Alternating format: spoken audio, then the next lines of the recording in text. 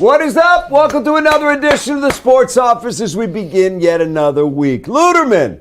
I'm glad to be here. Monday evening. It's great to have you. You know here. what? I'm so glad it's not 20 below zero out there. It's not. People get mad at you for that. I know they do. Like people get mad at me when the Lions lose. Yes. My dog gets mad because I got to put the little coat on her, and she hates when I put the coat on her. She runs away and hides. So now I don't have to do that. Top job. Good job, Rich. Love that dog. Oh, that's good stuff. All right, these guys are here. That's Greg. That's Rich. It is a pleasure to welcome him, my guy. We're going to talk some Lions tonight. I was with him all night last night. It was enjoyable to have his company. The game, however, was a different story. Lomas Brown. What's up, Big Lo? Hey, what up, fellas? How are you? Big Lo. Yes, sir. Oh, Lomas, where do we start, my man? That was a rough one. I mean, let's start here. What has happened to the Lions defense? Because right now we've seen two teams in the last couple of weeks just running through them. Middle, outside, it's a problem. You can't win in the NFL if you can't stop the run.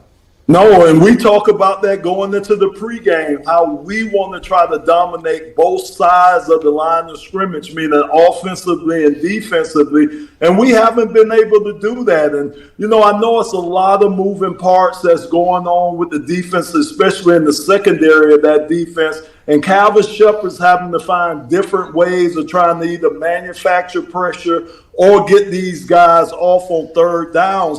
But then I think that's been killing us, man. Some of these third and longs that teams have been converting against us. The time that these quarterbacks have back in the pocket, and it just compounds the problem. And then pretty sure when you got a big offensive line leaning on you all game long, eventually, like I say, that dam is going to break, and that's when you see those runs start happening. So it's just been a combination of a lot of things that have mounted against that Lions defense. You talk about those third downs. I'm looking at my log of the game. That drive just before the half where they scored on that crazy catch. They had a 3rd and 10 at the 20, got Freiermuth for 11. 3rd and 11 at the 30, got Thielen for 12. 3rd and 10 at the 42, got Thielen for 13. That's 3 third and double digits, man. You get off the field. You got to get off the field. And it's like we were talking during the game, and I said to you at one point, I said, man, these guys are getting run. And you and TJ said, well, the defense has been on the field forever. And it's true, but make a stop. Exactly. Get off you the got field. to help yourself. You can give the ball back to the offense if you find a way to get off the field. Yeah, you got to help yourself. And look, I thought that we talked about it too. I thought Aaron Rodgers was masterful with how he was just letting that clock, just milk that clock each and every play down to about 5 seconds, just taking drives, taking possessions away from our offense. But you're right. When you get the opportunity and get those guys in third and long situations, you have to be able to come up with those big plays, either a turnover, a sack, pressure, hit, something that you have to do to get them off rhythm. Yeah, I'm just trying to figure out, Lo. We got Aleem, DJ Reader, Tyleek. Roy Lopez is playing well for them up front. You got Aiden. The other side, obviously, is a question at defensive end for consistency, but it just seems like with those guys as your front line defense against the run, and we feel like the linebackers have played pretty well, in particular Jack Campbell and Anzalone, Derek Barnes, but it's not happening. There's a problem there, and Kelvin Shepard was talking this week about they had to disguise things better, that quarterbacks were coming to the line and seeing what they were in, and they were able to beat them. But there's a disconnect here. And when you can't get off the field and you can't stop teams, that's a problem. You're right. The secondary has been an issue, but I think it's also that front seven when it comes to stopping the run.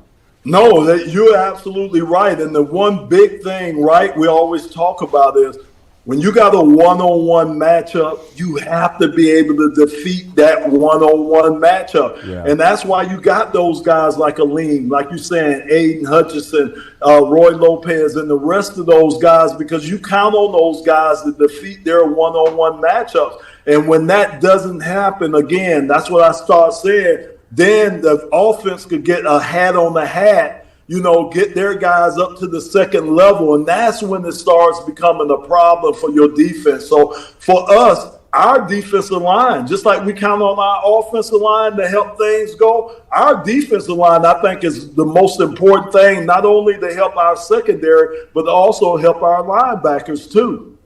Hey, Lomas, I got a question about the safeties. You know, obviously they've had all the injuries, and one thing that Tony Romo was pointing out on the game, where on those long runs, on the 45-yard runs, that the safeties were not taking a good angle, they were getting caught. And what exactly are they doing wrong that's turning those should be 10 to 15-yard runs into those just break them and they're gone? Yeah, so I'll say this, not to be mean about it, but that is the reason why they are your second or your backup safeties. Yeah. They're not, if you just have to be blunt about it. I mean, think about it. You take an all-pro like Kirby Joseph out of the backfield. You take a Pro Bowler like Brian Branch from back there. You know, you're bringing in guys that aren't at that elite level. And we're used to seeing those guys play at such a high level. When you bring in other guys, they're other guys. They just are. And I love Dan Campbell and the philosophy of the next man up. But after a while, man, the next man up is not going to be the good man up. So, yes, those guys are in the fire. You throwing those guys in the fire, but sometimes, man, that fire's a little too hot, just a tad too hot for those guys. Yeah. Lomas, I got a question. So what about the discipline it takes to put this game behind you? And, here it is Monday, and you're coming up Thursday. What does it take for players like yourself to try to forget it and then move forward with getting on with the business of the game on Thursday? Yeah, so the great thing, Rich, is we still got a chance. It's a slim chance. It's a 6% chance or whatever they want to say. But you still have a chance. And as a player, you know that, right? You still have an opportunity to possibly get in there. You need things to happen, but it's that possibility. So you kind of hang your hat on that. Just like when we talk about around the Thanksgiving time frame, it'll be an all mental practice. Everything they do this week will be mental. They'll go back, they'll watch what they did wrong, they'll get it corrected. Maybe it's a few tweaks here and there, and that's me and the voice, as I like to call them, the voice. We talked about, and TJ up in the booth, man, to me, to help that offensive line in the run game, it's got to be quicker hitting plays. We can't have these long developing plays. We can't have these plays where you got guards pulling one way, somebody going the other way, because it takes too long. Those plays, you have to hold your block so long. So it's going to have to be other things that they incorporate into that run game to help us out. And defensively, like we say, you just have to be able to make a play. Our playmakers are going to have to make plays. So it's all mental at this point, and you still have a chance. Lomas, at least 3 times in the first half of that game last night, we saw guys coming off the edge unblocked, making a tackle for loss. Is that a mistake by the offense, or are they assuming the running back's going to get there and beat that guy? What's the situation there? Yeah, me and TJ talked about that. And again, I just think those plays, because think about it, our big bread and butter play is the counter play, where you pull a guard from the opposite side to the front side. Well, it takes time to get there, right? Everything has to go right up front. And like I say, when you have those long developing run plays like that, you expect those guys to be able to hold on to the block a lot longer. And we just don't have our guys up there. Our offensive line, think about the voice. 8 different offensive line changes or lineups that we've had this year. And the guys that we're putting in there, again, I hate being mean, but these are second string guys. These are guys that young guys that we're trying to incorporate. And at this time of the year, man, teams got their rhythm going. Teams know their identity. We're still trying to capture our identity because we got so many moving parts. So it's going to have to be quicker hitting plays where the running back can stick his foot in the ground to get upfield, plays where you can let your offensive lineman get a hat on the hat and try to work up to the next level. You know what? There's been some success this year, Lomas. I think going into last night, they were number 1 in the NFL in scoring. They might be number 2 right now. But that identity that you're talking about, that ability to just walk on the field and know that you can run through the team that you're playing, I think we're finding out that left with Frank Ragnow. And I think that's one of the stories of this year, that big stud in the middle, that one of the best centers in the NFL leaving really changed the way this team plays. Because I've told people for years, you can talk about Goff, and I love Jared, and you can talk about Gibbs, and you can talk about, Amon-Ra, and you can talk about J-Mo, and you can talk about Laporta, whatever you want to talk about. This team has been built around that offensive line from day one when they drafted Penei Sewell, and it's just not the same this year. Yeah, we're not sexy. Us big guys, we're not the sexy pick, but we're the important guys. Ask Patrick Mahomes in those Super Bowls. Ask any quarterback that's under duress. Ask those running backs when they have to stutter their feet as soon as they get the ball. They know how important us big guys are up front. So it's not the sexy pick, it's not the flashy pick that everybody looks at, but it's the consistency. And like you say, we were so used to having such a great offensive line with all the guys, Taylor Decker, just throwing all the guys that we had up there. We kind of take the big fellas for granted. You do. When you don't have them, then you see how much you miss the big guys. No doubt. That hat is pretty sexy. I'm just putting that out there for the record. That hat is sexy. Well, one of those that what Lomas was just talking about is what drives me crazy about certain fans that like to pick on Jared Goff, for example. Considering everything that Lomas just said about the offensive line we were talking about, Jared Goff has had one hell of a season. I mean, you look at his numbers, just simply 32 touchdowns, 5 interceptions, and a 109.4 quarterback rating, which would be the second best of his career after last year. I mean, he seems to have done everything he possibly can to get this team going. And a lot of times, Lomas, he's had to do it when they've been one-dimensional. Yeah. Absolutely. He hasn't had the running game. Mike Tomlin said after the game last night, he said, and I talked about this with Jared, Mike Tomlin's quote was, "We rode our ability to stop the run because we knew that their play action would only be effective if they could run the ball. And if they can't do play action, that takes away most of their chunk plays." And we've seen that in the second half, right? Even though we were still trying to use the play action, Pittsburgh didn't respect that. They didn't respect those play action fakes. So we might as well have stopped doing that. I mean, we talked about that during the broadcast. And you're right. I just think Jared is such an easy target, because he's the most important guy on that field. That just makes him just an easy target to say, oh, it's your quarterback not playing well. But I'm with you. Jared has played really well this whole season. I couldn't fault Jared for anything he's done. He's been able to spread that ball out, keep all our weapons happy out there. I mean, you look at how Jameson Williams, the type of year he's having. Yep. Amon-Ra having the year that we expect them to have. You take Sam Laporta away from him, Brock Wright away from him, but yet and still, Jared still goes out there and puts up great numbers for us. So he's just the easy target for everybody just to point the finger at. That's why he gets a lot of the blame. And be careful, because one thing Brad Holmes said that's absolutely true. It's a whole lot easier to get worse at quarterback than it is to get better. And there's a whole lot of teams out there that have used high draft picks on players or traded for a player that would take Jared Goff in a heartbeat. And I'm with Greg for what he was. Jared Goff's not the problem. There's problems on this football team that I think can be addressed because they're still loaded with talent, assuming they get their injured guys back.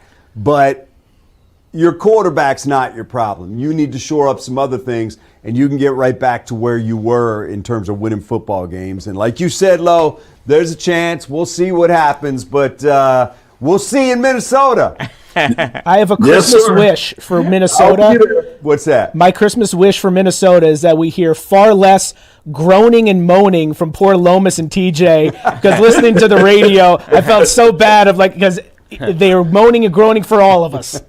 It was painful. It was painful to watch that on the other day. So it was painful. So I'm with you. That'll be a nice little wish where we're doing more cheering than groaning. Yeah, we owe Minnesota one anyway, my man. Yes, sir. All right, Big Lo. Appreciate you, man. You guys have a great night, all right? You too. the My same. man, Lomas Brown All joining right. us right there. Always good to catch up with Lo, and I'm lucky. I get to go to work. I get to go to work with these guys. I get to go Nice. to work with Lomas and TJ as well. I mean, it's it's cool when you get to work with people you'd want to hang out with anyway. We're going to take a break. We feel the same. Well, thank you, Rich. I appreciate Okay, that. There you go, okay. big dog. By the way, He's all those right. were He's your all right. Steelers that got the win. You well- just going to keep that a secret? Well, people know I'm from Pittsburgh. I'm You born and are. raised in You Pittsburgh. are. So, when the Lions play Pittsburgh, it's one of those games, It is. It is. You just get caught up in it. There you go. Yeah. I was What can you emotionally do? involved. Listen, There you go. we can't hate you for where you're from. Okay, there You know you what? go. You're all right by us. Okay, thank All you. right? Take a break, come right back. Much more of the Sports Office coming up after this.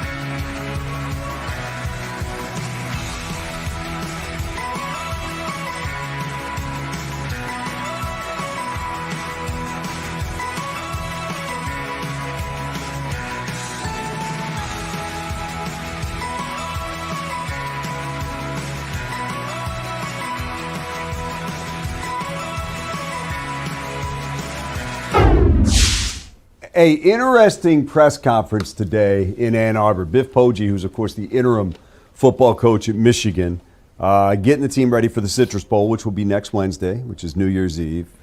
You've got some trouble planned for New Year's Eve. No, don't you? no, Yeah, no. no amateur night. Yeah, you let the amateurs handle quiet. that. I'm quiet New Year's Eve. Very quiet. I'll watch It's a Wonderful Life and be happy. Oh, that's nice. Yeah. Yeah. Jimmy Stewart. Yeah, That's- I'm good. Yeah, that's really nice. My son's birthday is New Year's Eve, so he's go. got a lifelong party, He's an good- extra yeah. party on Yeah, New Year's. good for him. Yeah, you don't have to look far to find a celebration. That's the good thing.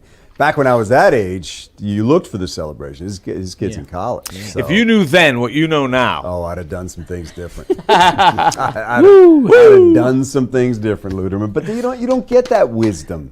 That No, only that's comes through true. experience. pain and anguish. Yeah. You That's think you know everything at that You age. think you do, but you don't.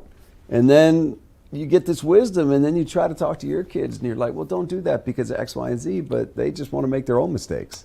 You know what? They're going to do things how they're going to do them. Now, you just fill them up with all the good knowledge that you can, right? I try. I mean, we do our best. Yes. And then, you know what's funny? They go through a period where they don't listen at all, and then they come back, and mine are a little bit older than yours, and then all of a sudden they want to listen. So it kind of Good, goes so that's around coming. It's coming, yeah. Okay. They will come back, and they will be, and your kids are great, but they will be even greater and more capable of having the conversations that you want to have where there's give and take.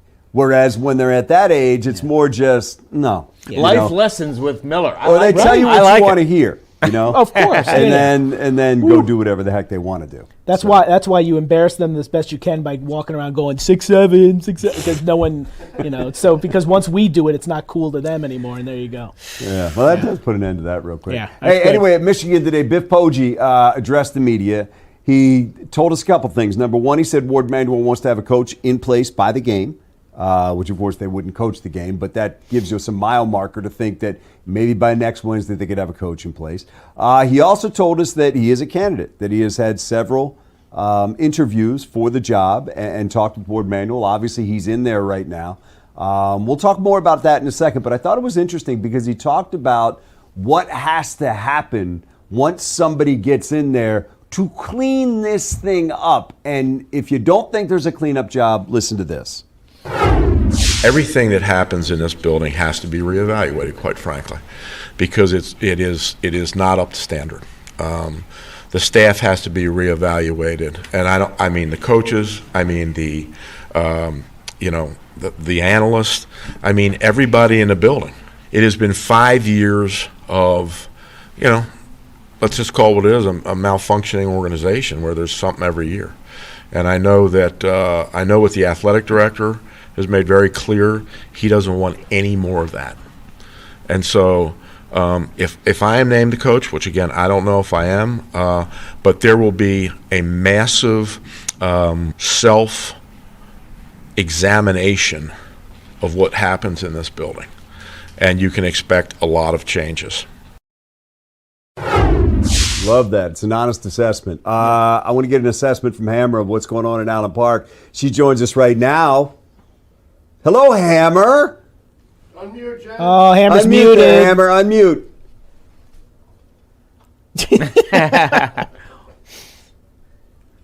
Got it. There. What do you say, Hammer? Nothing. Just hanging out here. Just talked to some of the fellas. I will say that Dan Campbell seemed kind of somber out here today. It was a very sullen head coach. Yeah. But the fellas seem a little more light, if Upbeat? I can even use that word. Upbeat. Yeah. Upbeat's a good word, I guess. I mean, Luderman asked the question how they get past that and get ready to play when it feels like, man, that just kicked the tires right out from under your season. Yeah, it really did. But I think that the way they get past it is probably the best way that they know and they have to, and that is having a game come at them on Thursday. Yeah. And it was interesting because one of the things that Dan Campbell was saying about this game against the Vikings is this is a get back after the worst game he thinks his team played all year. He said that was our worst performance of the season, bar none. So with that in mind, they go into this Minnesota game and knowing that they haven't run the ball well and that Minnesota's a team that kind of likes to do the ground and pound, that's going to definitely try to stop the run. The first time around against the Vikes, they had just 65 yards. So they've finished with less than 100 rushing yards in 4 of their last 8 games. So it's been really tough sledding trying to run the ball, and that changes everything that offense can do. Yeah, it does. And it's, look, Lomas said it a moment ago, the chance isn't great. They got a really small chance of making the playoffs, but there's a chance, and the only way you can do that is to win. These guys have a lot of pride. They've won a lot of games. Got about 30 seconds left. You just get the sense that there's also probably a little bit of anger from that first Minnesota game that fuels them a little bit because they got beat up at their own house.